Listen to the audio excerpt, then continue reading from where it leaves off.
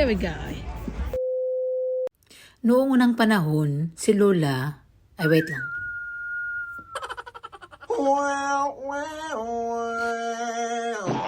Charing, daw true ang auntie nyo.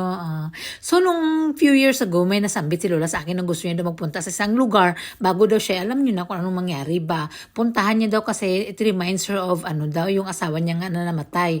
So, before that, nagpunta muna kami dun sa bahay niya, nagpaalam muna kami sa aking sister-in-law. Kaya mag-uwi man sila at the same time, kami din, alis na din kami. O sabi nung ni biyanan ko, sabi niya, gusto ko magpasyal doon ba? Malayo yun, dalhin mo ako doon. Pero nung time, hindi man siya makalakad, te. O so ngayong taon na perfect na talaga. Sabi niya sa akin, nakakita ka na yung ginakuha ang balahibo ng mga tupa, yung mga karnero ba. Inatik-atik ko lang, sabi ko lang naman, nag-deny ako. Sabi ko, hindi pa ma.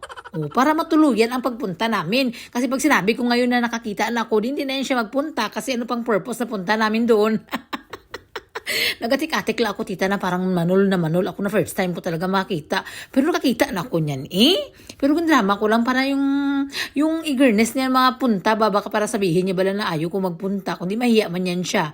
So sinamahan namin lahat-lahat. Pagdating namin doon, tita, ito yung makita mo na nagpunta kami, diretso na kami doon sa shed. Kung saan na ginakunan nila ng balahibo ang mga karnero. So competition ito, kaya mabilisan ang mga pangyayari, mga kaganapan. Pagdating namin doon, tita, kasi it was just only 45 minutes away from town, no? So maganda ang mga tanawin, on the way pala makita mo ang gaganda na. So pagdating mo doon, tita, ang nag-welcome sa'yo yung amoy ng mga pagkain. Sus, ang di malas ngayon, kaya wala man kami nadala ng mga milyones, tita, yung mga tabungos namin. Naghubas man yung tabungos namin. So wala kami ngayong pera. So dito, mostly cash dito. Kaya nasa tunga man tayo ng mga medyo kapalayan, ay mga kataniman ba. So wala kami dala ni Angkol ng pera. Buti na lang kami milyones man si Lula, nangayo kami dun sa kanyang box. Nakakaon kami. Actually, si Uncle talaga may kasalanan kasi sabi ko magdaan muna tayo sa bangko, magkuha tayo ng pera. Kasi magpunta kami sa small town, tita. Of course, may bihira dito ang signal. Wala nga akong signal, SOS doon. So ay yung mga bangko-bangko, mga swipe-swipe dyan, may limit. Puro lahat halos cash. So, ay yung amoy, kahit may baon kami, tita, yung amoy pa rin ng mga pagkain. Yung parang sabi, bumili ka. Ay, doon nagpasip-sip kami kay Lula. Buti na lang marami talagang kargada si Lula ng mga papilon doon. So, yun, na-enjoy namin. So, libre itong mga activities dito ng mga bata, tita. So, ang purpose talaga dito na magpunta ni Lola kasi gusto niya makita ang lugar after few years na nandito yung asawa niya. Nung unang panahon kasi, si tatay, yung si Lolo namin na puti, naga-play man yan sa banda, tita. So, kung saan na yung may mga show-show, kumbaga piyesta ba? O sa mga barangay-barangay dito, mga town-town, ang tawag nila dito is mga show. O, ganyan. So, nung unang panahon, pag si Bianan nagagitara-gitara, si Bianan na babae, nagaikot-ikot yan, naga-volunteer sila or nagatingin-tingin kung ano mga gawain dyan ba, mga crafty kasi mahilig yan si biyanan ko, mga tahi-tahi, mga ganyan ba.